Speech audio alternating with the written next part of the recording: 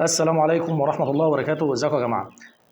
النهارده إن شاء الله إحنا هننزل خلاص دورة فراخ جديدة زي ما أنتم شايفين الفراخ قدامكم كتاكيت ما شاء الله عليها زي الفل أهي. هننزل دورة فراخ جديدة في شهر 10. الفترة دي زي ما أنتم عارفين إن تربية الفراخ بتختلف من وقت لوقت، كل وقت بيبقى له نظام في التربية مختلف عن الوقت التاني. فإحنا هنعرف الناس ونعلم الناس إزاي تمشي إن شاء الله الفترة اللي جاية ديت مع الفراخ خلال الفترة اللي فيها تغيرات جو، حر بالنهار وبرد بالليل. الفيديو ده بقى بإذن الله من أهم الفيديوهات اللي ممكن تسمعها للفراخ. هنتكلم فيه عن كل حاجة بنعملها للفراخ، التجهيزات اللي بنجهزها للفراخ أول ما بتيجي، طريقة الاستقبال، إزاي نظبط اللمبات بتاعتنا وإزاي نظبط التهويات، الكلام ده كله. يعني الفيديو ده تحطوه عندكم كده تحفظوه في التفضيلات عشان كل اللي عاوز يجيب فراخ بعد كده بإذن الله يرجع يراجع الفيديو بتاعنا ده. طبعا قبل ما ندخل في الفيديو لازم نعرف ان اهم حاجه في الشغلانه بتاعتنا ده يا جماعه هي الكتكوت. ما دام الكتكوت كويس يبقى انت باذن الله هتطلع في الاخر فرخ كويس. فانا هتكلم على ازاي نفرز الكتاكيت ديت وازاي تطلع الكتكوت الحلو. فانا اعرفكم ازاي نفرز الكتاكيت اللي هي الفرز الاول، ازاي نجيب كتكوت كويس يمشي معانا طول الدوره ويطلع معانا اوزان حلوه. بس طبعا الفيديو مش هيساع الكلام ده، فهنعمله في فيديو تاني باذن الله. الفيديو اللي جاي هنتكلم فيه عن ازاي نفرز الكتاكيت. المهم بقى نبتدي الفيديو بتاعنا النهارده، نقول بسم الله الرحمن الرحيم. اول حاجه يا جماعه، انت خلاص ناوي تجيب كتاكيت وانت ناوي تجيبي كتاكيت، يبقى لازم نجهز مكان. مش شرط بقى المكان ده ان هي تكون عنبر او اوضه كبيره او لا، على حسب الكميه اللي انت محتاجاها لازم تجهزي مكان للكتاكيت اللي انت عاوزاها، ونفس الكلام بالنسبه لك. تمام. طب احنا هنجهز المكان بتاعنا ازاي قبل ما نجيب كتاكيت؟ قبل ما نجيب الكتاكيت بتاعتنا بيوم، انا خلاص جبت الكتاكيت اهي والمكان عندي مجهزه من قبلها بيوم. قبل ما بجيب الكتاكيت بتاعتي بيوم لازم اعمل تحضينه في المكان اللي انا هعمله فيها ده، ربع المساحه الكليه بتاعت المكان. تمام. انا عندي عنبر اوضه كبيره واخد ربع المساحه بتاعتها وعامل التحضينه اللي انتم شايفينها اللي هي فيها الفراخ دي. تمام كده. الحاجه الثانيه، النشاره بتاعتي بيبقى ارتفاعها 10 سم مش 5 سم. في الفتره اللي فاتت كان الجو بيبقى حر زياده عن اللزوم طبعا، نهار وليل، يعني حاجه صعبه الله المستعان. فكنا احنا بنقول ايه، النشاره بتاعتك خليها 5 سم بس. لا، الوقت النشاره تبقى 10 سم. النشاره قدامكم اهي، ارتفاع النشاره عالي، ارتفاع النشاره يبقى 10 سم مش 5 سم. تمام. يبقى انا كده ظبطت التحضينه بتاعتي، ظبطت المكان، وكمان عملت النشاره بتاعتي ارتفاع 10 سم. الكلام ده كله يا جماعه ايه قبل ما اجيب الكتاكيت اصلا. يعني الكتاكيت دي حاجه كده زي الباشا، تيجي تلاقي المكان بتاعها جاهز ومتظبط وزي الفل. ما ينفعش نجيب كتاكيت وننزلها على الارض او نجيبها من غير ما نكون مجهزين المكان. تمام كده. طيب ايه الحاجه التانيه اللي هنعملها؟ هنحط لمبه حمراء 200. تعالوا كده نشوف بقى التجهيزات بتاعه المكان. زي ما انتم شايفين يا جماعه دي التحضينه اللي انا عاملها ايه، ربع المساحه الكليه اللي عندي في الاوضه. تمام كده. حاطط لمبه حمراء 200، ارتفاع اللمبه تقريبا متر ونص. يبقى انا هحط لمبه حمراء 200 ليه؟ للدفء. لكن مش معنى كده ان انا اكتم الفراخ ولا بهدل الفراخ معايا، ما سقطش اللمبه فوق دماغ الفراخ على طول. لا، ارتفاع اللمبه عندي متر ونص زي ما انتم شايفين اهو. تمام كده. وعندي كمان لمبات بيضاء للاضاءه لما بحتاجها. ادي لمبه بيضاء اهي، وادي لمبه بيضاء شغاله اهي تعمل اضاءه. يبقى انا مطلوب مني اوفر في المكان بعد ما بظبط المساحه الكليه بتاعتي، بعد ما باخد ربع المساحه الكليه واعمل التحضينه دي زي ما انتم شايفين. بصوا، شايف الجنب ده انا عامله ازاي؟ ارتفاع الجنب ده لوحده تقريبا متر ونص عشان يحافظ على الدفء بتاع الفراخ. وفي جنب تاني بس لان انا بصور لكم دلوقتي فانا شايله عشان بس اوري لكم الفيديو بتاعي مظبوط وتبقى الدنيا واضحه معاكم. لكن انت بالنسبه لك او انت بالنسبه لك انت عاوزه تجهزي مكانك، فبتقوم عامله ستاره، اي حاجه بقى، اي حاجز، اي حاجه، حاجز يكون عالي شويه عشان يمسك معايا الدفء بتاع اللمبه. ليه؟ هل المشكله عندي بالنهار؟ لا، المشكله عندي مش بالنهار، المشكله عندي في بالليل. درجه الحراره بالنهار بتبقى عاليه. احنا في شهر 10 في الخريف، طبعا الجو في الخريف بيغير اكتر من مره. طول النهار الجو حر فانا ما عنديش مشكله بالنهار، مشكلتي هتبقى في ايه؟ في بالليل. بتيجي بالليل بتبرد جامد، فانا عاوز حاجه تمسك الدفء. فبقوم عامل التحضينه اللي انا عاملها دي وبعلي الحاجز شويه زي ما انتم شايفين الحاجز اهو. تعالوا بصوا اوريكم من هنا اوضح. الحاجز اهو، بص ارتفاعه عامل ازاي عشان يمسك الدفء بتاع اللمبات والدفء بتاع الفراخ. تمام كده. وعندي الجنب التاني اهو، طبعا بضم ده على ده وهوريه لكم دلوقتي، فبمسك الدفء بتاع الفراخ. يبقى انا عامل كاني عامل حجازه جوه الاوضه بتاعتي. تمام كده. لمبه حمراء 200، ما تبقاش واطيه، تبقى عاليه تعمل دفء. لمبه بيضاء للاضاءه، لمبات البيضاء اهي. والشبابيك بتاعتي طبعا متقفله، الشباك مقفول اهو، والشباك التاني تمام عامل منه بس تهويه فوق حاجه بسيطه لان انا بالنهار الجو حر دلوقتي، فتهويه بسيطه. وطبعا على بالليل بقفل خالص. تمام. يبقى كده دي كل التجهيزات اللازمه للفراخ قبل ما بجيب الفراخ. ثواني بقى كده اثبت الفيديو عشان نعرف نتكلم. تمام، حلو كده الكلام، حلو الكلام. نبتدي بقى. احنا خلاص جهزنا المكان بتاعنا ده قبل ما نجيب الفراخ بيوم كمان، وظبطنا اللمبه الدفا الدنيا تمام زي ما قلنا. بنروح نجيب الفرخ بتاعنا. قبل ما بننزل الفراخ بنعمل ايه؟ بنحط الميه بتاعتنا عشان تاخد الدفا من اللمبه، عشان انا كده كده مقفل المكان، اللمبه عملت دفا في المكان، فدرجه الحراره عندي المفروض تبقى عامله كام؟ تبقى عامله 34. فانا قبل ما انزل الفراخ على الارض بجهز العلف وبجهز السقايات، فليه؟ عشان الميه تاخد دفا المكان. وده الميزان بتاعي اهو، فعلا درجة الحرارة عاملة 35 كمان اهي ما شاء الله 35 تمام كده. فأنا بستقبل الفراخ على درجة حرارة 34. هحط في المية بتاعتي أول حاجة إيه؟ محلول معالجة جفاف. هحط كيس محلول معالجة جفاف على السقاية اللي هي الصغيرة اللي هي ال 2 لتر، يعني كيس واحد محلول معالجة جفاف لمدة 6 ساعات. بعد ال6 ساعات هحط عسل اسود، معلقه اكل كبيره املاها عسل اسود برضه لمده 6 ساعات. تمام.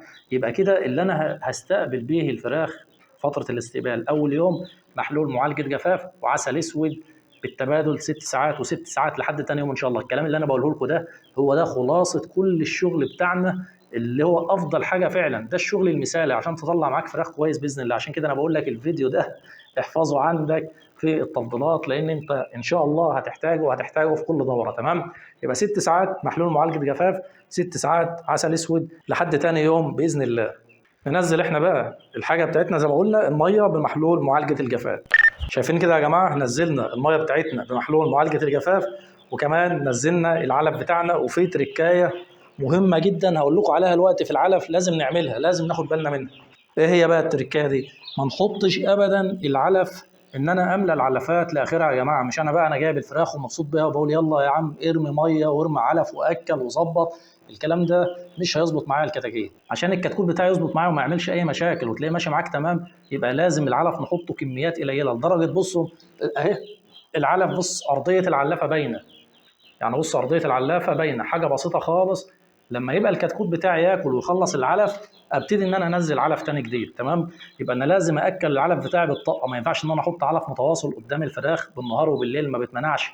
بالطريقه دي انت بتبوظ العلف وبتبوظ الكتكوت. العلف هتلاقيه هدر معاك، هينعم وهيبوظ وهتلاقيه كلكع في ارضيه العلافه، فهتضطر انت تلم الكلام ده كله وترميه وتغيره بعلف تاني جديد. الحاجه الثانيه الكتكوت نفسه هيجي له سموم لان هو بيطلع في العلافات دي، هيطلع في العلف هيعمل اخراجات وهيسخن العلف، فبياكل مكان الاخراجات بتاعته وبياكل علف اصلا سخن طبيعي هيعمل سموم، يبقى انت بتدمر الكتكوت بتاعك. تمام. يبقى كميه العلف اللي هتتحط في فتره الاستقبال اول 10 ايام بتبقى كميه بسيطه جدا، يعني يا دوب شويه علف قليلين على قد الايد كده، لدرجه ان ارضيه العلف تبقى باينه.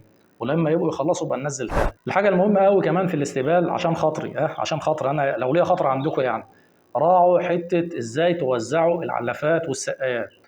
لازم يبقى انا عندي علافه مسافه علافه، نفس الكلام صف السقايات سقايه مسافه سقايه مسافه بالطريقه دي، بحيث ان الكتكوت ما يقعدش يلف ويدور عشان ياكل ويشرب. انت مش جايبه تعذبه، ما هوش عبد حبشي، انت جايبه تروق عليه عشان يروق عليك. تمام كده. فانت لازم توزع السقايات والعلافات توزيع كويس في المكان بتاعك، بحيث ان الكتاكيت يا دوب تتحرك تلاقي العلف، تتحرك تلاقي الميه، اليمين شمال هو قدامه اكل وميه. فلما ياكل معاك في العمر الصغير، وده فايده ليك انت، لما ياكل معاكوا في العمر الصغير كويس ويملى الحوصله بتاعته ويسحب الميه اللي هي فيها الدواء، لو بعد كده هيبقى في علاج باذن الله من بكره، او انت حاطط دلوقتي محلول معالجه جفاف او عسل او ايا كان يعني، فهتلاقي ان الطير فتح معاه الحوصله من بدري، مصارينه بدات تفتح، بدا ياكل، بدا يسحب، عودته على الاكل، اتحرك، بقى دفيان، ما بقاش واقف سقعان وكتيان ومش عاوز يتحرك من مكانه، لا ده هتلاقي الحركه حلوه، ساعدك ان هو يرمي معاك اعلى وزن بعد كده باذن الله. تمام. يبقى نهتم جامد بحته توزيع السقات والعلافات يا جماعه، نهتم بالحته دي قوي عشان الفراخ تلاقي العلف وتلاقي الميه. تمام. خلاص احنا جهزنا المكان، الدفع عندي مظبوط، الدنيا عندي تمام، انزل بقى الكتاكيت. وادي الكتاكيت بتاعتنا، بسم الله ما شاء الله ربنا يبارك. يلا ايه ادعوا لنا كده عشان تبقى دوره حلوه ان شاء الله. وانتوا الجدعانوا بقى، احنا ابتدينا الدوره معاكم اهو. اللي ما جابش كتاكيت يلحق يجيب اليومين دول عشان يمشي معانا باذن الله الدوره اللي جايه دي. دوره شهر 10 دي وشهر 11 دورتين اللي هم شهر 10 و11 لحد 12 كمان. بسم الله ما شاء الله تقدروا تطلعوا احلى كتاكيت وتطلعوا احلى اوزان انتم متخيلين. عيبها الوحيد في حته ان انت عاوز تمشي مع الجو. يعني طول النهار الجو حر زياده عن اللزوم، بيجي بالليل تلاقي الجو بره التاني. فانت امشي مع الجو اول اسبوع، احنا النهارده اول يوم اهو، هتمشوا معايا واحده واحده وهتشوفوا النظام ماشي معايا تمام ازاي، وازاي الفراخ ماشيه معايا تمام باذن الله. وكده كده انا كل فتره هوزن لكم الفراخ، يعني مثلا على 5 ايام هوزن فرخ اقول لك شوف الفرخ بتاعي موزنه كام على 5 ايام وبتاع، والشغل البروباجندا ده، فهعمل لكم شغل عالي يعني. فانت مش محتاج اصلا ان انا اقول لك الكلام ده ولا اقول لك الاوزان عشان تظبط الطير بتاعك. الدوره دي هتطلع اعلى اوزان واحلى فراخ، بس محتاجه تظبط نفسك مع الجو. اول اسبوع مش هنفتح ولا حاجه الا لو احتاجنا بالنهار، لو الجو كتم عند الفراخ. بعد كده بنهوي طول النهار وبنقفل بالليل. امشي مع الجو، الجو غير انت بتلم التهويات بتاعتك. الجو ظبط والجو مدفي بتفتح تهوياتك بس. عيب الدورتين دول، عيب الدوره بتاعت 10 و11 و12، بس في ان انت محتاج انك تمشي مع الجو. لكن كفراخ ان شاء الله هتطلع احلى فراخ باذن الله. خلاص زي ما انتم شايفين يا جماعه، احنا نزلنا الفراخ بتاعتنا ما شاء الله ربنا يبارك، الفراخ زي الفل اهي. الدنيا تمام، الفراخ قامت اتحركت، نزلت جرت على الاكل والميه. ليه؟ انت جايب الفراخ ومجهز المكان ومظبط الدنيا. الفراخ بتقعد شويه في الدفا بتاع المكان، بدات تاخد درجه حراره المكان وبدات تاخد دفا المكان، ده بيحرك الفرخ معاك اول ما بينزل. طبعا الميه كمان، لان الميه واخده دفا المكان، فهي لحد ما فتره شويه ما هي الساعه، فتلاقيه راح على الميه وشرب. زي ما انتم شايفين الفراخ كلها بتشرب ما شاء الله ايه. تمام. وبعد كده يتحرك على الاكل ياكل. ده اللي احنا عاوزينه بقى. انا مش عاوز الفرخ ينزل يلم على بعضه. أسوأ حاجة في الدنيا إن أنت تجيب الكتاكيت، طبعًا أسوأ حاجة بالنسبة للي بيربي كتاكيت، يعني الموضوع مش كبير أوي للدرجة دي. أسوأ حاجة للي بيربي كتاكيت إنه يكون جايب الكتاكيت وينزلها على الأرض وتلاقي الفراخ ركبت على بعضها أو لمت على بعض في زاوية أو الكلام ده. ده معناه معلش أنت كده مربي فاشل، ده أول حاجة. الحاجة التانية ممكن يكون الكتكوت أصلًا عنده عيب من المعمل، في مشكلة، سالمونيلا، التهاب سرة، الكلام ده، فتلاقيه أو مايكوبلازما ودي بلوى سودا. تمام؟ دي حاجة بتيجي من الأماية، فتلاقيه أصلًا راكب على بعض. فاحنا مش عاوزين المشاكل دي، فلذلك انا بقول لك جهز مكانك. التجهيز اللي انا قلت عليه ده هو ده التجهيز المثالي، ده التجهيز العملي والعلمي اللي هتقدر تطلع بيه احلى فرخ باذن الله على عمر 35 يوم. الكتكوت اللي قدامك ده باذن الله ان شاء الله، وتبقى ترجع للفيديو ده وتسمع الكلام ده وتسمعوا الكلام ده باذن الله. الكتكوت ده يا جماعه ان شاء الله على 35 يوم ممكن يوصل معاك 3 كيلو بالمرتاح، ما دام انت ماشي معاه طول الدوره تمام. خلاص كده، وان شاء الله ربنا يدينا ويديكم طول العمر ونشوف الدنيا دي. المهم خلاص الفراخ نزلت اتحركت معايا بتاكل بتشرب. في انتشار الفراخ بشكل كبير، في انتشار كبير للفراخ، الفراخ مش لما على بعضها. يبقى انت كده تتاكد ان انت استقبالك تمام، ان انت عندك الدنيا تمام. ولازم برضو مع اللمبه الحمراء اللي انتوا حاطينها دي تحط لمبه فوق بيضه زي ما قلت لكم، انا لسه موري لكم اللمبه في اول الفيديو. لازم لمبه بيضه عشان تعمل اضاءه عاليه في المكان. يعني ممكن تكون انت عامل دفع كويس ومظبط الدنيا وكل حاجه، بس مسقط اللمبه. تسقيط اللمبه دي بتحجم الاضاءه، وان انت تحجم الاضاءه يبقى الفراخ هتلم، اكيد مش هتتظبط معاك، مش هتظبط معاك، هتلاقي الفراخ لمت على بعضها تاني. يبقى لازم نعمل لمبه حمراء للاضاءه وتكون عاليه شويه، ما تبقاش واطيه على الفراخ. يعني فوق المتر لحد متر ونص، وتبقى 100 100 كمان لو متر ونص. اللي قدامك دي متر ونص تمام. ونعمل معاه لمبه بيضاء للاضاءه عشان تبقى في اضاءه عاليه في المكان. اللمبه البيضاء طبعا بتبقى عاليه عشان تنور المكان. الحاجه الاخيره بقى اللي اقول لكم عليها عشان يبقى احنا كده خلاص خلصنا الفيديو بتاعنا، ان انت لو عملت الكلام ده كله والفراخ بتاعتك ماشيه معاك تمام، الفراخ بتجري وبتتحرك وبتاكل وزي الفل، ولقيت فرخ واقف لوحده لم على بعضه مش تمام، شيل الفرخ ده من وسط الفراخ. شيل الفرخ ده، ما تسيبوش مع الكتاكيت بتاعته. لما عملت فيديو قبل كده وقلت ان الفرخ اللي زي ده يتشال يترمي، ناس زعلت وقالت لك انت بتقول دي يترمي ازاي وحرام عليك وبتاع. انا لما بقول لك يترمي رحمه بيك ورحمه بالكتاكيت التانيه، لان الفرخ اللي زي ده ما دام انت عامل الدنيا عندك كلها مظبطه، مظبط الاستقبال، مظبط المكان، والفراخ كلها بتجري وبتلعب، لكن عندك فرخ واحد وحش، الفرخ ده فيه عيب من المعمل، فيه مشكله لا قدر الله، لو في سالمونيلا او في مايكوبلازما او الكلام ده هيدمر لك بقيه الفراخ. فلما تشيله ترميه ده رحمه بالفراخ، مش ان انت كده مفتري وما بتعرفش حاجه والكلام اللي بيتقال ده. لكن عموما يا عم ما ترموهوش، شيله من وسط الفراخ. لو لقيت فرخ زي كده واقف كان مش عاوز يتحرك تهشه وما بتهشش، الفراخ كلها اتحركت وكلت وشربت، لما بعد ساعتين ثلاثه ما بتنزل الفراخ وتلاقي الفراخ كلها بتمشي وبتلعب وتمام، وده واقف مكانه مش عاوز يتحرك من مكانه، شيل الفرخ ده، اعمل له مكان تاني لوحده، اعزله بعيد عن بقيه الفراخ لحد ما يموت لوحده، لان هو كده كده هيموت. عشان تبقى عارف يعني، انا مش ماسك شهاده وفاه ولا حاجه، بس انا بقول لك باذن الله الفرخ ده كده كده هيموت، لان الفرخ ده عنده مشكله جاي عيب من المعمل. فلو ظهر قدامك بعد ما عملت الكلام اللي قلنا عليه ده كله وظبطنا الاستقبال والدنيا تمام، لقيت فرخ مش عاوز يتحرك، شيله، اعزله، لحد ما يموت لوحده، بعد كده ارميه. في جزئيه بس عاوز اقول لكم عليها برضو بالنسبه للناس اللي بترش جير قبل الفراخ، قبل ما بتفرش النشاره بتاعتها وقبل ما تجيب الفراخ. خدوا بالكم انا رشش جير برضو، بس في حاجه مهمه جدا هوريها لكم دلوقتي اهو، ناس بتغلط فيها بشكل كبير، ان انت برش جير بكميات كبيره. بصوا الجير عندي عامل ازاي. الجير ده لا اما بتطفيه بميه، وده اللي انا عامله، بتقلب الجير في ميه، وبعد ما بتقلبه في ميه بترشه وبتفرده بالمساحه. بعد كده بتدخل الفراخ بتاعتك، بتفرش النشاره وبتدخل الفراخ. الجير قدامكم اهو يا جماعه، لكن بلاش حته ان انت ترش جير تحت الفراخ، تحت النشاره يعني قبل ما الفراخ تيجي، وبتبقى بكميات. ده بيعمل بلوى سوداء عند الفراخ، بيعمل تسمم ويدمر صدر الفرخ وبيسمم الفراخ، وتلاقي الفراخ عندك بتموت بشكل كبير وانت مش عارف ايه المشكله، لدرجه ان انت ممكن تقول ده فيروس ولا بتاع، والسبب في الجير. الجير كويس بيقتل البكتيريا وبينشف الرطوبه اللي في الفرشه، بيظبط معاك الدنيا. لكن كون ان انت تحط الجير تحت تحت الفرشه من غير ما تكون كنسه حتى او مقلبه في ميه او كده، يبقى انت بتدمر الفراخ بتاعتك. تمام. فالحته دي انا لازم اكد عليها، لازم انبه عليها. لو هتفرش جير قبل الفراخ ما يبقاش كتير، واستحسن يبقى مستحلب، يعني بتقلبه في ميه وترشه وبتمسحه بالمساح، فكده مش هيطلع على صدر الفرخ ولا هيتعب الفرخ بتاعك. خلاص انا كده خلصت الفيديو بتاعنا في الاستقبال اهو. هوري لكم بس الحجازه لما بقفلها على الفراخ بيبقى شكلها عامل ازاي. وادي الحجازه بتاعتي يا جماعه، واخده معايا تقريبا ربع الاوضه بالظبط. طبعا هي الاوضه اكبر من كده بس قول الربع يعني. يعني بتاخد مساحه على قد كميه الفراخ اللي انت جايبها. تمام. الحجازه بتاعتي اهي. مش شرط ان انت تعمل حاجه زي كده، مش شرط تعملوا عندكم حاجه زي دي ان انت تعمل خشب وتقفل وبتاع، لا.